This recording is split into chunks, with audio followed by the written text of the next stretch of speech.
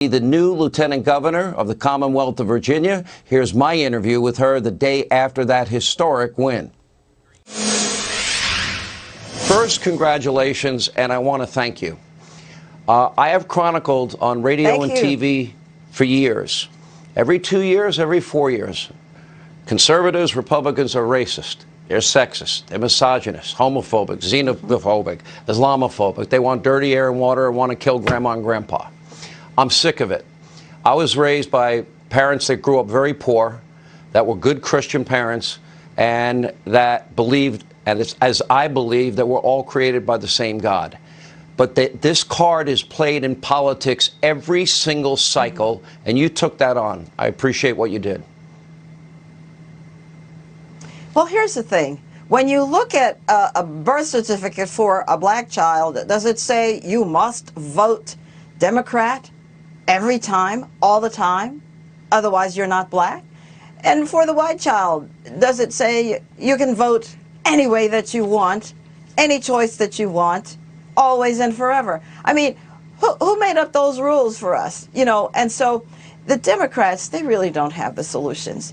And so when you look at the Democrat-run cities, the Democrat-run counties, states, they're losing. The neighborhoods are the worst. The schools are the worst. Everything, it's the worst. And so they move from Democrat-led states, come to Republican-led states, and they ruin it.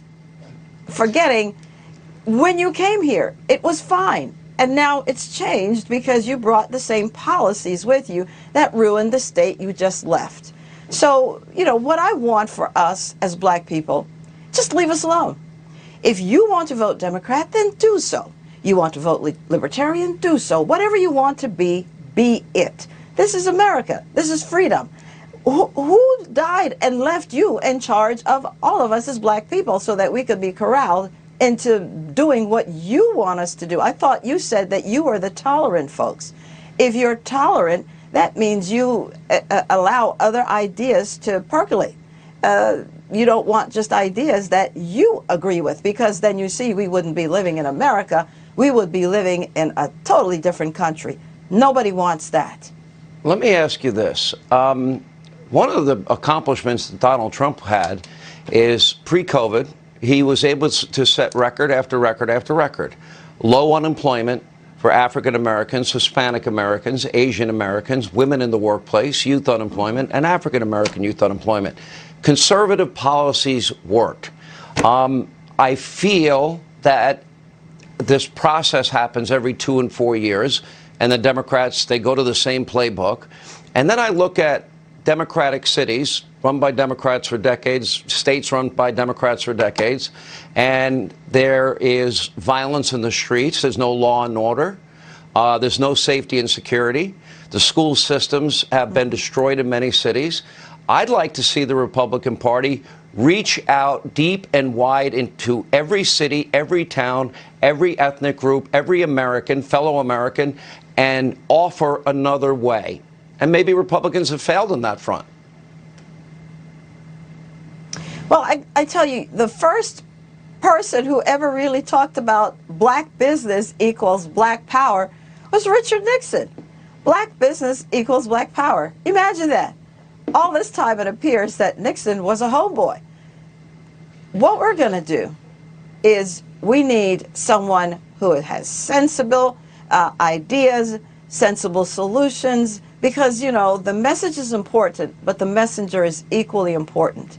And what I want to say to black people, Asian people, whatever, minorities, Latinos, whatever, don't allow political parties to divide us. Don't allow political parties to use whatever grievances that have been historically against you to force you to look at them as the savior so that they can swoop in and think they're saving you when all they're doing is pitting one race against the other, one race against the other. You'll notice, for example, that what was happening with Asians, it was young black men, and they were attacking Asians, but nobody wanted to say anything about it. If you can't identify the problem, then how can you come up with a solution? So we've got to stop this divisiveness. There's a psalm that I live by. I used it in my campaign, and it's Psalm 133. How good and pleasant it is when brothers and sisters live together in peace and harmony. That's what we want. You know, it could be a country where everybody prospers. And I feel in many, many ways, this country has failed certain people. And these are, I look at the solutions, it's not that complicated. I mean, school choice would be a pretty easy thing to accomplish. If we really want to create an environment where people can pursue happiness, law and order is really not that difficult. Rudy Giuliani, for example, turned New York City around at a time where they were experiencing almost 3,000 murders a year. They brought it down to 300. So there are answers. I believe conservatism is a better philosophy to get us there. What are your plans now that you're going to be taking on this new position? Well, you know that the lieutenant governor is really a heartbeat away from the governor, and so that really is the primary responsibility. But then the governor-elect is listening right now. He's saying, "I better hope this thing is ticking okay." We wish him well. Right. So you check his medical records. You check his medical records every morning. But no, the other thing that you do as a lieutenant governor is you preside over the Senate. You're not a member of the Senate, but you do bring them to order. You're the parliamentarian. And here in Virginia, the current lieutenant governor, who is a Democrat, has broken, I believe, 54 different tie votes. And so that's something else that I'm looking forward to. 20 years ago to the day last night, I was elected to the Virginia House of Delegates. And now I'm here going to be a part of the Senate. And that's just so amazing to me that I, as the little girl, 6 years old, came off that Boeing 737 Pan Am, landed at JFK, and lived in the Bronx. And here I am now, the immigrant. I'm not even first generation American. I'm the immigrant, and I get this opportunity. And I worked for it. I worked hard for it. I sure didn't do anything special, but I did stay in school and study, and that's what I did. And you have to prepare for the path that you want. I prepared. I went to college. I went to college the hard way. I had 3 children by the time I went to college, and they were all under 5 because I wanted to go to law school. And so you have to do what you have to do, and America will allow you to do that. I'm not saying America doesn't have problems. Heaven knows there are no countries where there aren't problems. If it's not racism, it's colorism, it's classism, it's sexism. We find ways to divide ourselves. But you see, the people at the border are dying to get in because they know if they could just get their foot on American soil, the trajectory of their lives will change. That's what America can do. Just take the opportunities that are here.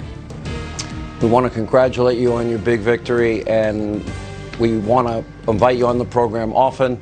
Wish you the best. Congratulations. It's an amazing life story that you have to tell, and I want to learn more about it.